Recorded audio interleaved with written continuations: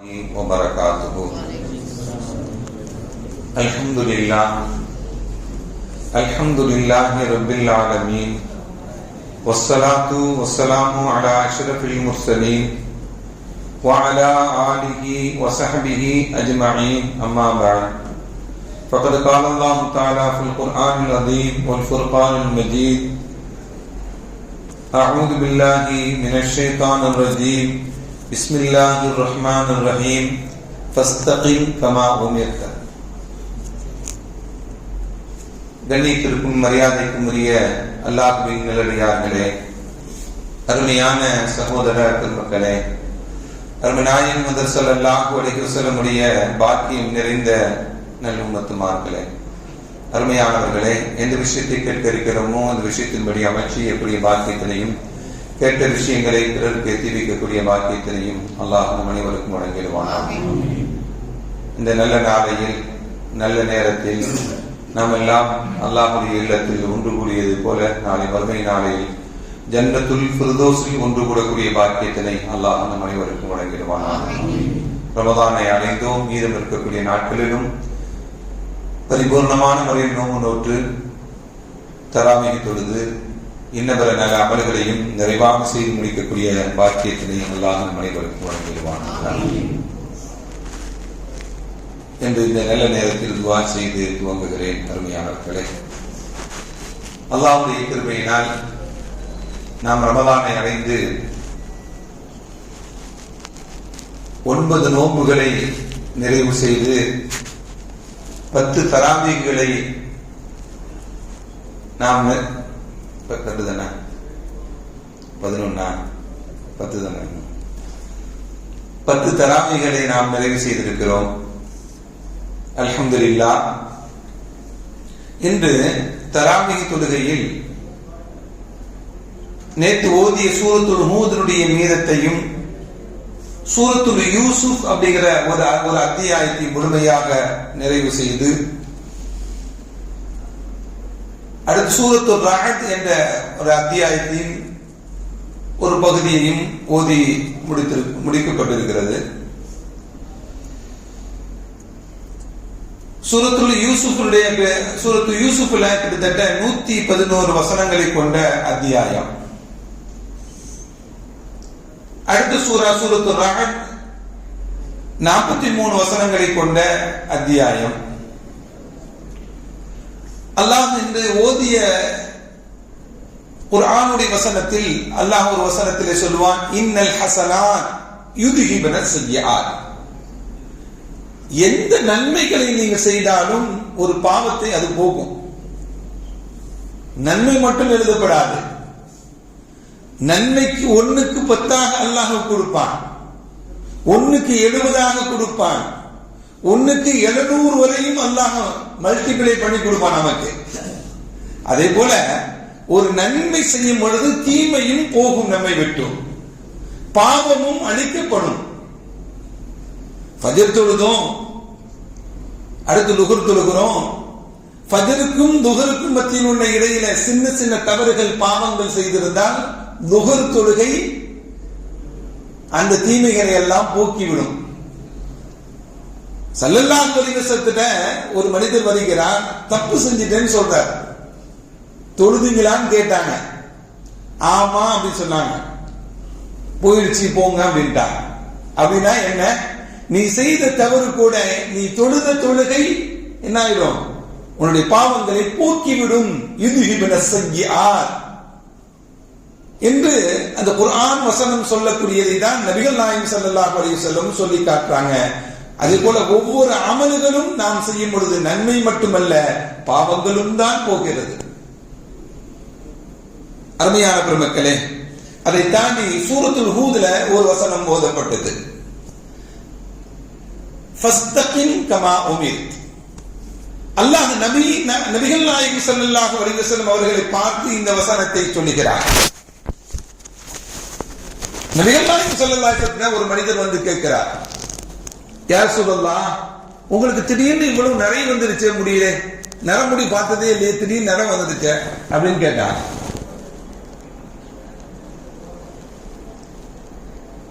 ஸல்லல்லாஹு அலைஹி வஸல்லம் சொன்னாங்க, ஷைபத்தி சூரத்து ஹூத் அப்படின்னு சொன்னாங்க. ஷைபத்தி சூரத்து ஹூத், எனக்கு நிறை வந்தது சூரத்து ஹூதுனாலதான் எனக்கு நிறை வந்துச்சுங்கன்னாங்க. சூரத்து ஹூதுக்கும் நிறைக்கும் என்னங்க வித்தியாசம், என்னங்க தொடர்பு? சூரத்து ஹூது ஏன் நிறைய உண்டாக்குச்சு? சில பேர் சொல்லுவாங்க இல்ல நிறைய சொல்லுவாங்க, ரொம்ப சிந்திச்சுக்கிட்டே இருக்கிறாங்க அதனால நிறைய ஆயிடுச்சுன்னு சொல்லுவாங்க. இப்படி பல காரணங்கள் நம்மிடம் சொல்லப்பட்டாலும் ஸல்லல்லாஹு அலைஹி வஸல்லம் வித்தியாசமா சொல்றாங்க, சூரத்து ஹூது தான் என்னுடைய தலைமுடியை நிறையாக ஆக்கிவிட்டது. ஸல்லல்லாஹு அலைஹி வஸல்லம் நிறையலாம் கிடையாது, மரணம் வரையும் 17 20 முடி மட்டும்தான் நிறை. திடீர்னு நல்ல பளிச்சுன்னு கருப்பா இருக்கும் முடி, 1-2 வெள்ளையானோன்னு என்னங்க முடி வெள்ளையாடுச்சுன்னு கேட்போம்ல. அதே போலதான் அந்த வாலிபர் ரசூலுல்லாஹ்ட்ட கேட்கிறாங்க, யா ரசூலுல்லாஹ் ஏன் திடீர்னு நிறைய ஆயிடுச்சுன்னு கேட்கிறாங்க. அதுக்கு சூரத்து ஹூது தான் காரணம்ங்கிறாங்க. சூரத்து ஹூதுல என்ன இருக்கு அப்படின்னா, சூரத்து ஹூதுல அல்லாஹ் நூஹ் அலைஹிஸ்ஸலாம் அளிக்கப்பட்டது அவர்களுக்கு வழங்கிய தண்டனையை அல்லாஹ் சொல்றான். ஃபிரௌன் அளிக்கப்பட்ட வரலாறை சொல்லுகிறான். ஆது சமூது கூட்டத்தார்களை பற்றி சொல்லுகிறான். இப்படி அல்லாஹ்வுடைய தண்டனை வருகிறதே, இதை நினைச்சு ரசூலுல்லாஹி ஸல்லல்லாஹு அலைஹி வஸல்லம் அவர்களுக்கு நிறை வந்து விட்டதா? இல்ல. நான் ஓதிய முதல் வசனம் இருக்கிறது அல்லவா, இந்த வசனத்தை தான் ஸல்லல்லாஹு அலைஹி வஸல்லம் சொல்றாங்க, ஃபஸ்தகிம் கமா உமிர். ஃபஸ்தகிம் கமா உமிர் என்ன வசனம்? இந்த வசனம் சொல்லக்கூடிய செய்தி என்ன? எதை கொண்டு ஏவப்பட்டீங்களோ அதுல உறுதியாக இருங்க நபியேன்னு சொல்லப்பட்டுச்சு. எதை கொண்டு நீங்க ஏவப்பட்டீங்களோ அதுல ஸ்டாண்டர்டா இருங்க, பெர்மனண்டா இருங்க, உறுதியாக இருங்க அப்படின்னு அல்லாஹ் சொன்னார். இந்த வசனம் தான் எனக்கு தலை முடியை நிறையாக ஆக்கிவிட்டது என்று நபிகள் நாயகம் ஸல்லல்லாஹு அலைஹி வஸல்லம் நமக்கு சொன்னார். அப்படி என்றால் என்ன? வாழ்க்கையில் மனிதனுக்கு இஸ்திகாமத் என்பது வேண்டும். எதில் இஸ்திகாமத் வேணும்? எல்லா காரியங்களிலும் இஸ்திகாமத் வேணும். எல்லா காரியங்களிலும் இஸ்திகாமத் வேண்டும். நாம் கொண்ட கொள்கையில் எப்பொழுதும் இஸ்திகாமத் வேண்டும். நம்முடைய கொள்கையில், இஸ்லாமிய கொள்கையில் நம்மிடம் அந்த இஸ்திகாமத் என்னும் உறுதிப்பாடு இல்லை என்றால் ஷிர்க் உள்ளே நுழைஞ்சிரும். நம்முடைய கொண்ட இஸ்லாமிய கொள்கையில் நாம் உறுதியாக இல்லை என்றால் நம்ம என்ன வந்துரும்? ஷிர்க் வந்துரும். அதனால நம்முடைய இஸ்லாமிய கொள்கையில் நாம் உறுதியாக இருக்க வேண்டும். அதே போல ஷரியத்துடைய சட்ட திட்டங்கள் இருக்கிறது. அந்த ஷரியத்துடைய சட்ட திட்டங்கள் இருக்கிறது. ஸல்லல்லாஹு அலைஹி வஸல்லம் வழிகாட்டுதல் இருக்கிறது. அந்த வழிகாட்டுதலையும் நாம் உறுதியாக இருக்கணும். ஷரியத்தை முழுமையாக கடைபிடித்து வாழணும். அப்படி கடைபிடித்து வாழல அப்படின்னா, அதுல உறுதி இல்லை அப்படின்னா பித்அத் உள்ள நுழைஞ்சிடும். இஸ்லாமிய ஷரியத் சட்டத்தை முழுமையாக கடைபிடிக்கல அப்படின்னா என்ன வந்துடும்? உள்ள பித்அத் என்பது உள்ளே வந்துடும். இஸ்லாத்தில் இல்லாத புதிய வழிமுறைகள் எல்லாம் உள்ள வந்துடும். அப்படிங்கிறதையும் நாம் என்ன பண்ணணும்? தெரிந்து கொள்ளணும். மார்க்கத்தில் உறுதி, சட்ட திட்டங்களில் உறுதி, எல்லாத்திலையும் நாம் உறுதியாக இருக்க வேண்டும் என்பதை இந்த குர்ஆன் வசனம் நமக்கு சொல்லித் தருகிறது. சின்ன சின்ன அமல்கள் செய்கிறோங்க, அதுல கூட உறுதியாக தான் இருக்கணும். ஒரு நாளைக்கு ஒரு 1000 தஸ்பீஹ் ஒரு ஆள் ஓதுறாரு, 2 நாளைக்கு ஓதுறது 4 நாளைக்கு விட்டுறதா? வளமையாக செய்ய வேண்டும். ரமலான்ல மட்டும் தொழுதுட்டு மீதி 11 மாசம் விட்டுறதா? அப்படி அல்ல.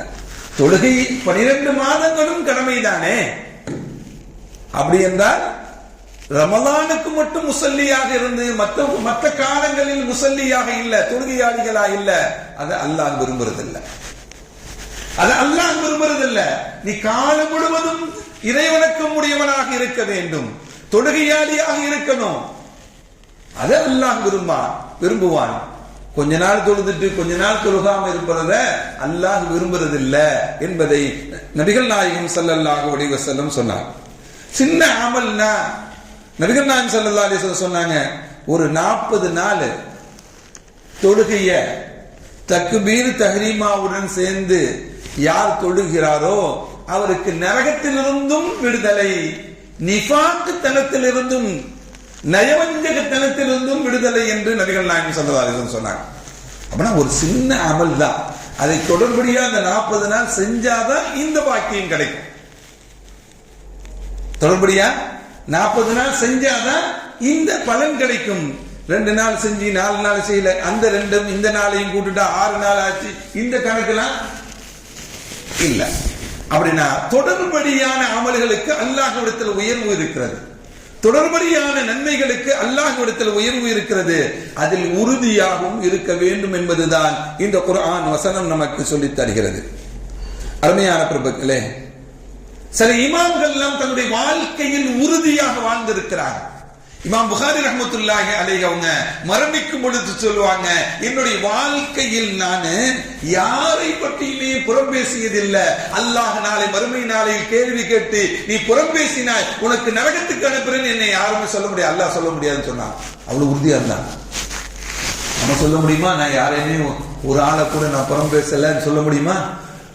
ஆனா அந்த இமாம் பெருமக்கள் மரண தருவாயில் சொல்லுகிறார்கள், என்னுடைய வாழ்க்கையில் யாரையுமே நான் புறம் பேசியதில்லை, அல்லாஹ் புறம் பேசியதற்காக நீ என்னை தண்டிக்க முடியாதுங்கிறான், நான் செய்யல.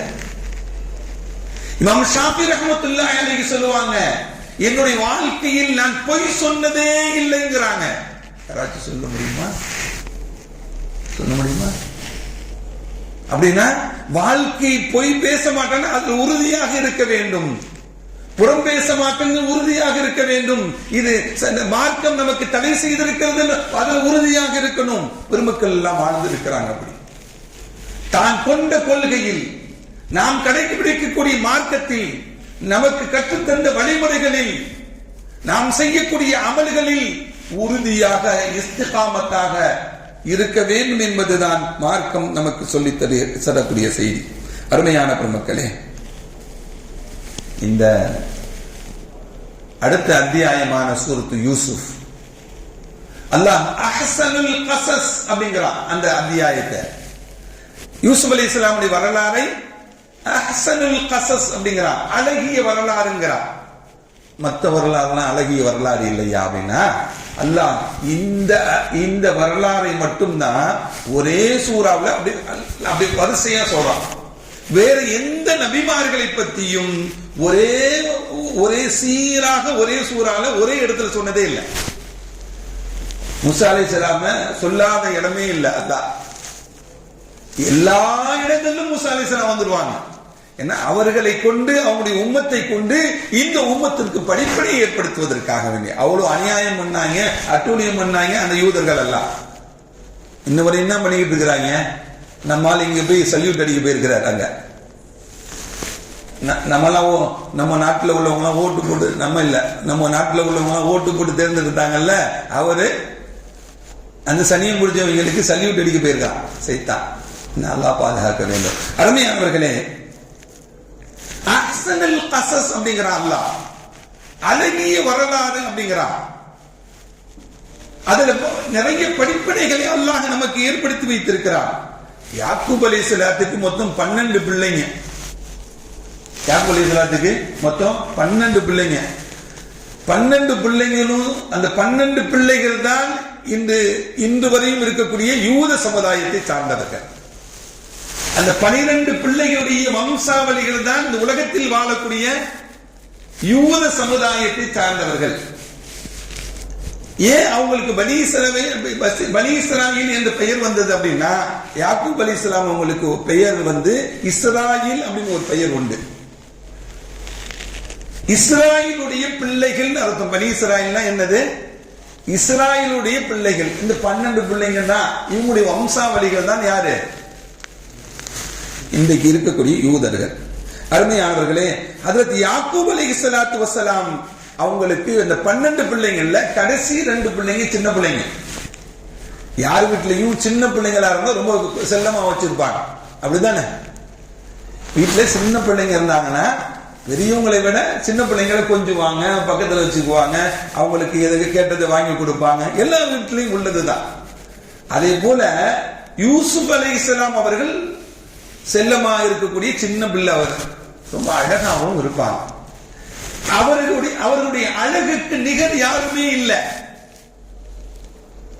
அவங்கள பார்த்தா பெண்கள் எல்லாம் கையை கூட அறுத்துக் கொள்வார்களாம். மாம்பழம் இருக்கக்கூடியவங்க எல்லாம் அவங்கள பார்த்துட்டு என்ன பண்ணுவாங்க, கையை கூட அறுத்துக் கொள்வார்கள். அந்த அளவுக்கு அவர்கள் அழகால் மிகைத்து நிற்கக்கூடியவர்கள் அதற்கு யூசுப் அலைஹிஸ்ஸலாம். அவருடைய வரலாறை தான் அல்லாஹ் அஹ்ஸனுல் கஸஸ், அழகிய வரலாறு என்று நமக்கு சொல்லி காட்டுகிறார். இந்த 10 பேரும் என்ன பண்ணாங்க, யூசுப் அலைஹிஸ்ஸலாத்தை பாப்பா ரொம்ப செல்ல கொடுக்கிறார், நம்மளை கவனிக்கவும் எடுக்கிறாரு. இவனை போட்டு தள்ளிடணும் முடிவு பண்றாங்க.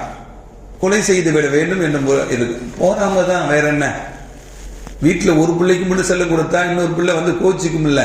அதே மாதிரி அந்த கோபத்தினுடைய வெளிப்பாடு, அந்த போராமையினுடைய வெளிப்பாடு, இவ்வளவு சலுகைகளும் இவ்வளவு செல்லங்களும் கொடுக்கக்கூடிய இது நமக்கெல்லாம் கிடைக்க மாட்டேங்குது அப்படின்னு சொல்லி இத குழந்தையை கொலை செய்து விட வேண்டும் என்று கூட பிறந்த சகோதரர்களே என்ன பண்றாங்க, ஒரு முடிவுக்கு வர்றாங்க. பாப்பாட்ட இருந்து பல தடவை கேட்டு கேட்டு ஒரு கட்டத்தில் பாப்பாட்ட பிள்ளைய வாங்கிட்டு என்ன பண்றாங்க, போறாங்க. போய் அவங்க என்ன செய்யணுமோ செஞ்சு முடிச்சுட்டாங்க. என்ன பண்ணணும் பல திட்டங்கள் தீட்டி கடைசியில் கிணத்துல தூக்கி போட்டுட்டாங்க. யார, யூசுப் அலைஹிஸ்ஸலாம் அவங்கள கிணத்துல தூக்கி போட்டு முடிவுக்கு வந்துடுறாங்க. என்ன சொல்றது வாப்பாட்ட போய் அப்படின்னா, ஓனாய் அடிச்சு சாப்பிட்டுச்சுன்னு சொல்லணும். ஓனாய் அடிச்சு சாப்பிட்டுச்சுன்னு சொல்லி முடிவு பண்ணி வாப்பாட்ட போய் சொல்றாங்க. வாப்பாட்ட போய் சொல்லி ஆட்டை அறுத்து அந்த சட்டையில விதமின் கதிப், பொய்யான முறையில ரத்தத்தை ஊத்தி, இந்த பாருங்க ரத்த கரைஞ்சு படிஞ்ச சட்டை ஓனாய் கடிச்சு சாப்பிட்டுட்டு போயிடுச்சு. ஓனாய் பிடிச்சிச்சுன்னா சட்டை கிழியணும். எந்த திருடனும் அல்லது கொலை செய்யறது, திருடுறது, இதே போன்ற தேவையில்லாத வேலைகள் செய்யும்போது அங்க ஒரு கண்டறியக்கூடிய ஒரு தடயத்தை விட்டுட்டு தான் போவாங்க. அந்த தடயத்தை வச்சுதான் அதை கண்டறியக்கூடிய முறைகள் எல்லாம் இன்று நடக்கிறது. இதுல ஓனாய் பிடிச்சிச்சுன்னா சட்டை கிளியும். இதுல சட்டை கிளியல, வெறும் ரத்தம் மட்டும்தான் இருக்குன்னு சொல்லி கண்டுபிடிச்சுக்கிட்டாங்க. இவங்க ஏதோ செஞ்சுட்டாங்க, போராமையில பிள்ளைய சாகடிச்சுட்டாங்க அப்படின்னு மாதிரி எல்லாரும் எங்கேயும் விட்டுட்டு வந்துட்டாங்கன்னு ஒரு முடிவுக்கு வந்துட்டாங்க. ஹஜ்ரத் யாக்கூப் அலைஹிஸ்ஸலாத்து வஸ்ஸலாம் அவங்க வந்து இந்த சட்டையை பாருங்கன்னு சொல்லி காமிச்சிட்டாங்க. இவங்களாடி தாங்கிக்க முடியல பிள்ளையை இழந்த அந்த வாட்டம். என்ன பண்ணுனாங்க, இதுதாங்க முக்கியம். நமக்கு எந்த இழப்பு ஏற்பட்டாலும், எவ்வளவு பெரிய பிரச்சனைகள் வந்தாலும் என்ன செய்யணும் அப்படின்னா, ஹஜ்ரத் யாக்கூப் அலைஹிஸ்ஸலாம் இந்த உலகத்திற்கு, இந்த உம்மத்திற்கு சொல்லிக் கொடுக்கிறாங்க, ஃபஸபுருன் ஜமீல், நான் அழகான பொறுமையிலே நான் இருப்பேன். வல்லாஹு முஸ்தஆனு அலா மா தஸிஃபூன், அல்லாஹ் பார்த்துக்குவான் அப்படிங்கிற நிலையை தான் நாம விடணும் அப்படிங்கிறாங்க. நான் பொறுமையாக இருப்பேன் அப்படின்னு ஒரு முடிவுக்கு வருகிறார்கள். அல்லாஹ்விடம் அந்த பிரச்சனையை ஒப்படைச்சிடுறாங்க. அல்லாஹ் உதவி செய்வான் என்ற மனோநிலையில் அவர்களிடம் அல்லாஹ்விடம் ஒப்படைச்சிட்டு ஃபஸபுருன் ஜமீல், நான் பொறுமையாக இருக்க போகிறேன் என்று முடிவுக்கு வந்துடுறார். எவ்வளவு பெரிய பிரச்சனைகள் உங்களுக்கு ஏற்பட்டாலும் தீர்வு உங்களால் கண்டுபிடிக்க முடியாது. யாருதான் தீர்வு கொடுக்கணும்? அல்லாஹ் தான் கொடுக்க வேண்டும் என்று நாம் பொறுமை காக்க வேண்டுமே தவிர இதுல எந்த முட்டி மோதலாலும் நடக்காது. அதனால நான் சபுருன் ஜமீல், நான் பொறுமையாக இருந்து விட்டேன், அல்லாஹ்விடம் நான் ஒப்படைத்து விட்டேன் என்று ஹஜ்ரத் யாக்கூப் அலைஹிஸ்ஸலாம் அவர்கள் வாழ்க்கையில் அவர்கள் சொன்னது நமக்கும் பாடத்தையும் படிப்பினையும் நமக்கு சொல்லித் தரக்கூடிய செய்தி. அருமையான பெருமக்களே, இந்த சபுருன் ஜமீலுக்கு அப்படி சொல்லி பொறுமையாக இருந்தாங்கல்ல, ரிசல்ட் எப்ப தெரியுமா? 20 years, 20 வருட காலங்கள், 20 வருட காலங்கள் பிள்ளையை இழந்து இருந்தார்கள். அழுது அழுது அழுது அழுது அழுது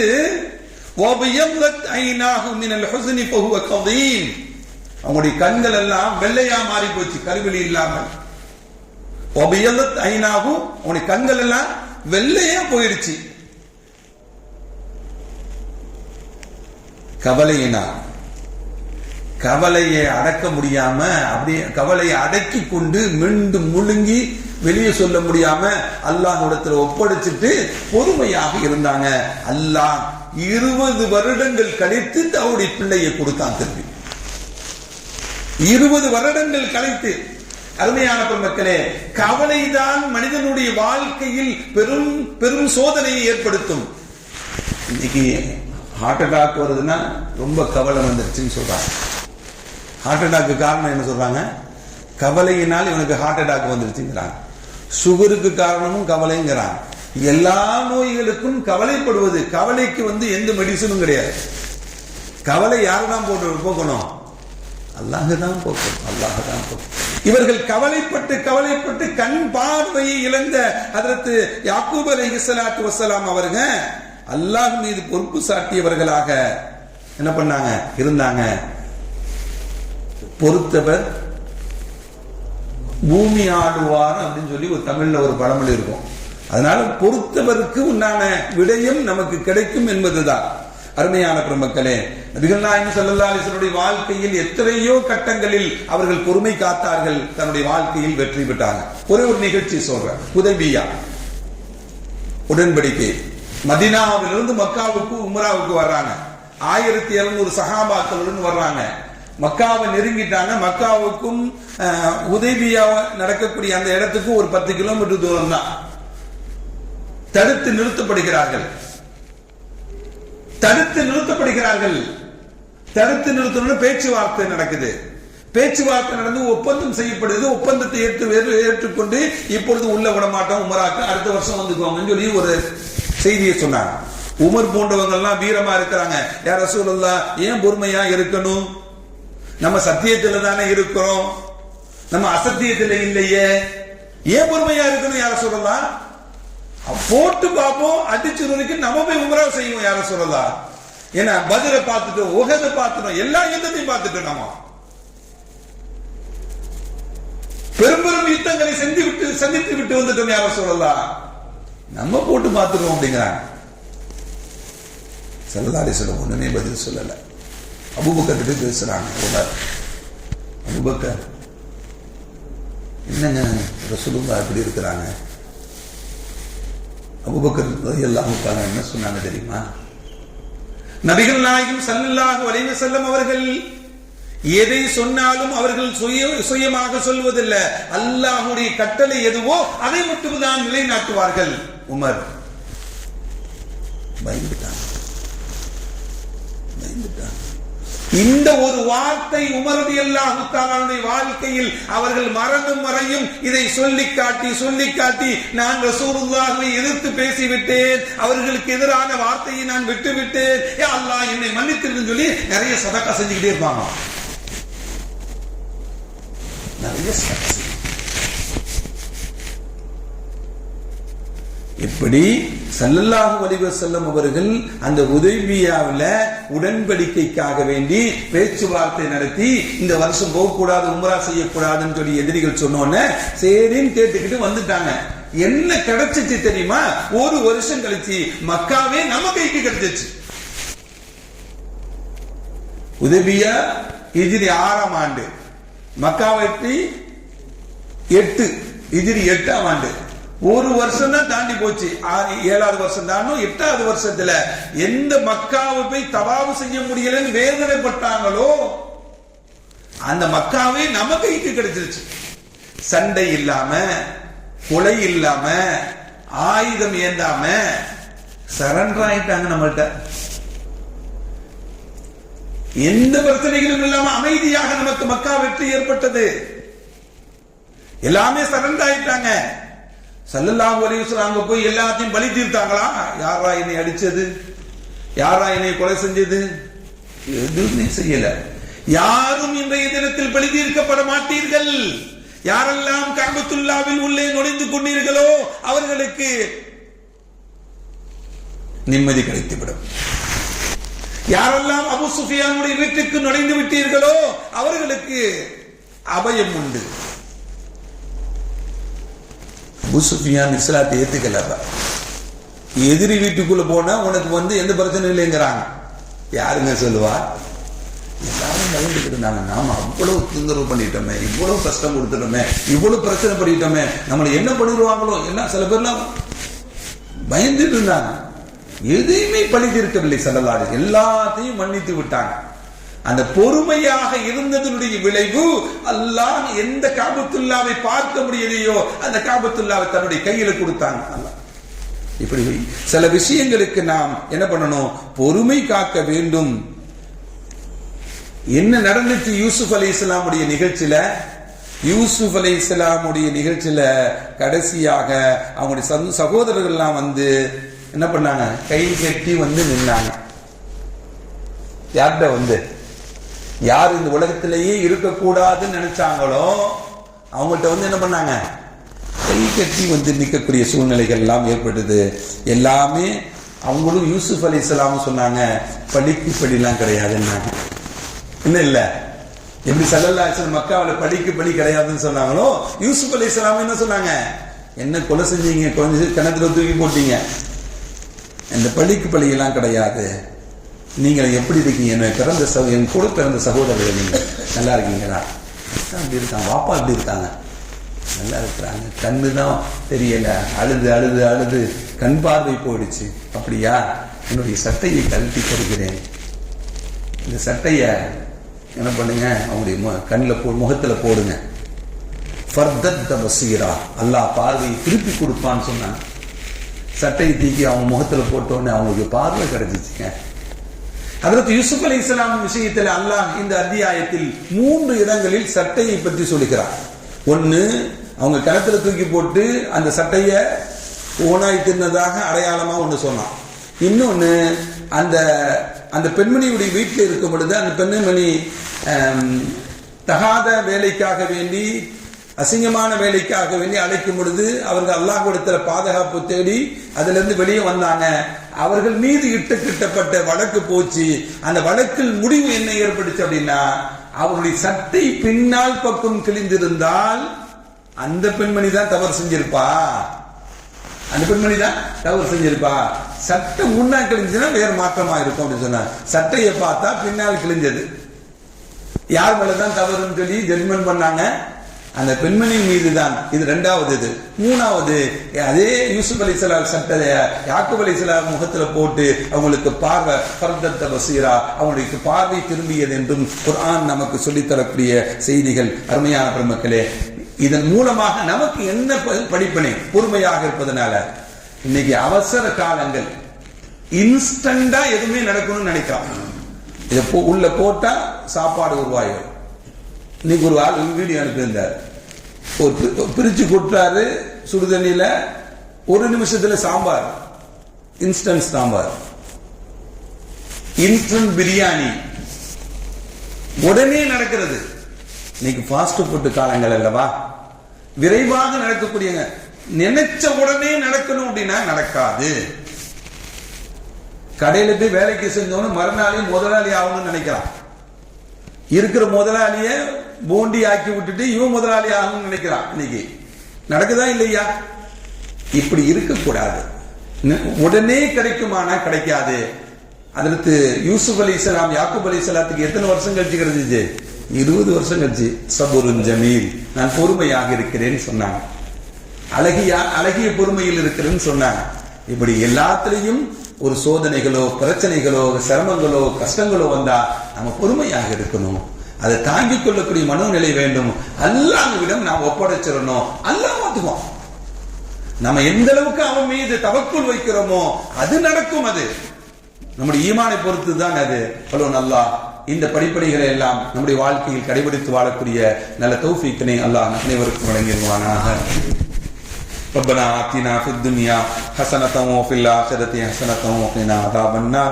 ربنا تقبل منا صلاتنا وصيامنا وقيامنا وركوعنا وسجودنا وتضرعنا وتخشعنا وتمم تقصيرات أعمالنا وتجاوز عنا سيئاتنا وتوفنا مع الأبرار. صل يا ربي على النبي سيدنا محمد وآله وصحبه أجمعين والحمد لله رب العالمين. اللهم على محمد